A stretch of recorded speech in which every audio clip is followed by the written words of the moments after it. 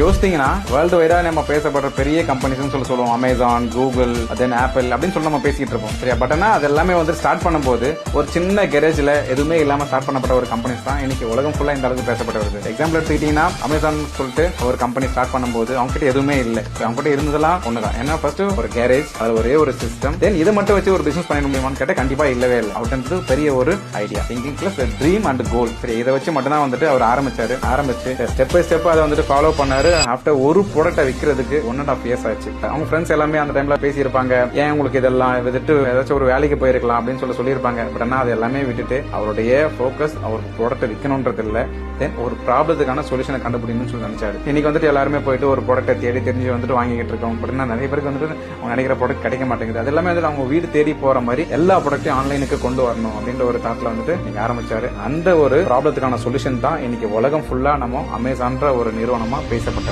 நாங்களும் business start பண்ணும்போது பெரிய லெவல்ல சோர்ஸ் எல்லாம் இருந்து நாங்க ஸ்டார்ட் பண்ணல. ஸ்டார்ட் பண்ணும்போது ஒரு 10க்கு 10 ரூம்ல இருந்து குளோபஸ் குரூப்ஸ் சொல்லிட்டு நாங்க ஸ்டார்ட் பண்ணோம் ஒரு 5 yearsக்கு முன்னர. பட் நான் அப்போ யாருக்குமே தெரியாது. இன்னைக்கு கேட்டீங்கன்னா வேர்ல்டு வைடா நாங்க குளோபஸ் குரூப்ஸை கொண்டு போயிட்டு சரி ஆல்மோஸ்ட் ஒரு 20+ பிரான்ச்சஸை வச்சு இன்னைக்கு சக்சஸ்ஃபுல்லா நாங்க ரன் பண்ணி கொண்டு போயிட்டு இருக்கோம். சேம் அந்த மாதிரி தான் நீங்களும் சரி ஒரு சின்ன ஐடியா இதை வந்துட்டு எப்படி நம்ம பிசினஸா கன்வெர்ட் பண்றது, எப்படி கொண்டு போறதுன்னு சொல்லிட்டு யோசிக்காம அந்த ப்ராப்ளத்துக்கான சொல்யூஷனா வந்துட்டு நீங்க கண்டிப்பா இந்த பிசினஸ் மேனேஜ்ல நீங்க வந்துட்டு குளோபல் லெவல்ல நீங்க ரீச் ஆகலாம்.